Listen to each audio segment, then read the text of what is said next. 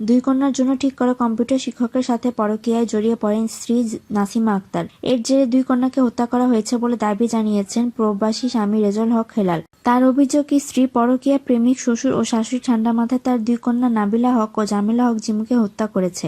রবিবার সৌদি আরবের রিয়াদে এক সংবাদ সম্মেলনে অভিযোগ করেন সৌদি প্রবাসী রেজাউল হক হেলাল। সংবাদ সম্মেলনে তিনি জানান, তার বাড়ি ফেনী জেলার দাগনভূঞা উপজেলার ৭ নং মাতুভূঞা ইউনিয়নের আশরাফপুরে। তিনি ১৯৮৮ সালে পারিবারিকভাবে লক্ষ্মীপুর জেলার রায়পুর নিবাসী ওহিদুল্লাহর কন্যা নাসিমা আক্তারের সাথে ঢাকার কল্যাণপুরে বিবাহ বন্ধনে আবদ্ধ হন। ২০০৮ সালে অর্থনৈতিক সমৃদ্ধির জন্য জীবিকার তাগিদে সৌদি আরব চলে যান তিনি। এর আগে ঢাকা দুনিয়া কলেজের পাশে ভাড়া বাসায় আদরে দুই কন্যা নাবিলা হক, জামিলা হক ও স্ত্রী নাসিমাকে রেখে যান। রেজাউল হক হেলাল বলেন, আমি সৌদি আরব আসার পর বগুড়ার ছেলে কম্পিউটার শিক্ষক মশিউর রহমান মোহনকে আমার মেয়েদের কম্পিউটার শেখানোর জন্য বাসায় রাখা হয়।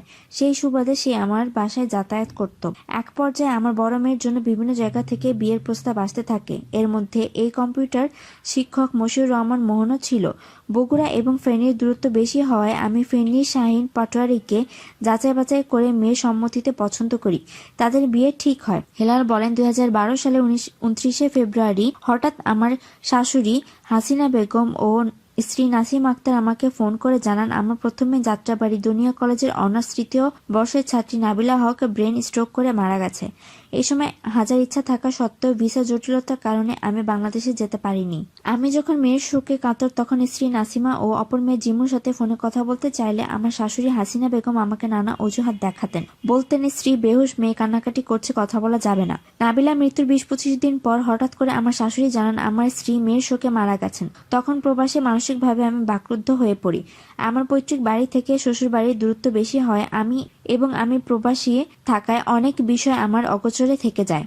নাবিলার মায়ের মৃত্যুর খবরে ৬-৭ মাস পর আমি বিভিন্ন সূত্রে খবর পাই আমার স্ত্রী নাসিমা আক্তার মেয়েদের কম্পিউটার শিক্ষক লম্পট প্রতারক মশিউর রহমানের সাথে পরকীয়া প্রেমে লিপ্ত হয়ে ২৫ বছরের সাজানো সংসার ভেঙে অর্থ সম্পদ নিয়ে পালিয়ে যায়। এই সময় আমার শাশুড়ির কাছে এই বিষয়ে জানতে চাইলে তিনিও নিজ মেয়ের উপর মেজাজ দেখানোর ভান করেন এবং আমাকে বলেছিলেন তারা কলঙ্কিত মেয়ে নাসিমাকে ত্যায্য করেছেন। তখনও আমার ইকামা সমস্যার সমাধান না হয় আমি দেশে যেতে পারিনি। আমার ছোট মেয়ে জামিলা হক জিমু তার নানির কাছে রায়পুরে থাকতো এবং রায়পুর LM স্কুলে ৬ষ্ঠ শ্রেণীতে তাকে ভর্তি করা হয়। মেয়ের যাবতীয় খরচ আমার শাশুড়ির মাধ্যমে আমি চালিয়ে গেছি। বিগত ২০১৫-১৬ সালের কোনো এক সময় অজানা গন্তব্য থেকে ফিরে এসে আমার স্ত্রী শ্বশুর শাশুড়িকে ম্যানেজ করে স্বামী স্ত্রী পরিচয়ে আমার মেয়ে জিমুর পিতা সেজে রায়পুর পৌরসভায় আমার শ্বশুরের বাড়িতে আশ্রয় নেয় পরকীয়া প্রেমিক মশিউর রহমান মোহন। হেলাল অভিযোগ করে বলেন, আমার বৃদ্ধা মা দিলবাহার বেগম কয়েক দফা আমার বাড়িতে গিয়ে জিমুকে রায়পুর থেকে আনতে গিয়ে জিমু নানা বা নানির অমতের কারণে মেয়েকে ফেনীর বাড়িতে আনতে ব্যর্থ হয়। গত ২৭শে আগস্ট বাংলাদেশ থেকে খবর পাই রায়পুর রেসিডেন্সিয়াল স্কুল অ্যান্ড কলেজের একাদশ শ্রেণীর ছাত্রী আমার মেয়ে জামিলা হক জিমু মারা গেছে। এই খবর পাওয়ার পর ফেনী থেকে আমার নিকটাত্মীয়রা রায়পুর ছুটে যায়। সেখানে গিয়ে তারা জানতে পারে লাশ ময়নাতদন্তের জন্য লক্ষ্মীপুর নিয়ে যাওয়া হয়েছে। ওই বাড়িতে জিমুর নিকটাত্মীয়দেরকে অনেক খোঁজাখুঁজির পর এক পর্যায়ে হঠাৎ নাবিলার মায়ের সাথে দেখা হলে কিছু জিজ্ঞেস করার আগেই সে পালিয়ে যায়।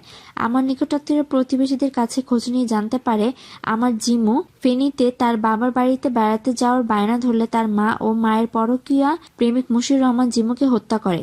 সংবাদ সম্মেলনে হেলাল কন্যা জড়িত কণ্ঠে বলেন, আমি আশঙ্কা করছি আমার বড় মেয়ে নাবিলা হোক আর জামিলা হোক জিমু দুইজনকেই পরকীয়ার কারণে পরিকল্পিতভাবে ঠান্ডা মাথায় নাসিমা আক্তার ও মশিউর রহমানের মোহন হত্যা করেছেন। তারা আমার দুই মেয়েকে পরকীয়ার বলি বানিয়ে দুনিয়া থেকে বিদায় এবং আমার সাজানো সংসার ধ্বংস করে দিয়েছে। এই সময় তিনি এ ঘটনায় স্ত্রী ও তার পরকীয়া প্রেমিক শ্বশুর এবং শাশুড়িকে গ্রেফতার করে প্রধানমন্ত্রীর কাছে ন্যায় বিচার দাবি করেন। উল্লেখ্য, মিথ্যা তথ্য দিয়ে গণমাধ্যমে জামিলা হক জিমুর মৃত্যুর খবর পরিকল্পিতভাবে আত্মহত্যা বলে চালিয়ে দেওয়া হয় এবং জিমুর পিতা হিসেবে রেজাউল হক হেলালের নামের পরিবর্তে মশিউর রহমানের নাম ব্যবহার করা হয়। তবে ভয়েস অব বাংলা নামে একটি নিউজ পোর্টাল জিমুর মৃত্যুর সংবাদ হত্যা হিসেবে উল্লেখ করেন। পরদিন স্থানীয় এলাকাবাসীর মেধাবী ছাত্রী জামিলা হক জিমু হত্যার সুষ্ঠু বিচার চেয়ে প্রতিবাদ মিছিল ও মানববন্ধন করে। এরকম আরো তথ্য পেতে আমাদের চ্যানেল ইনফর্ম টিভির সাথে থাকুন আর যদি সাবস্ক্রাইব না করে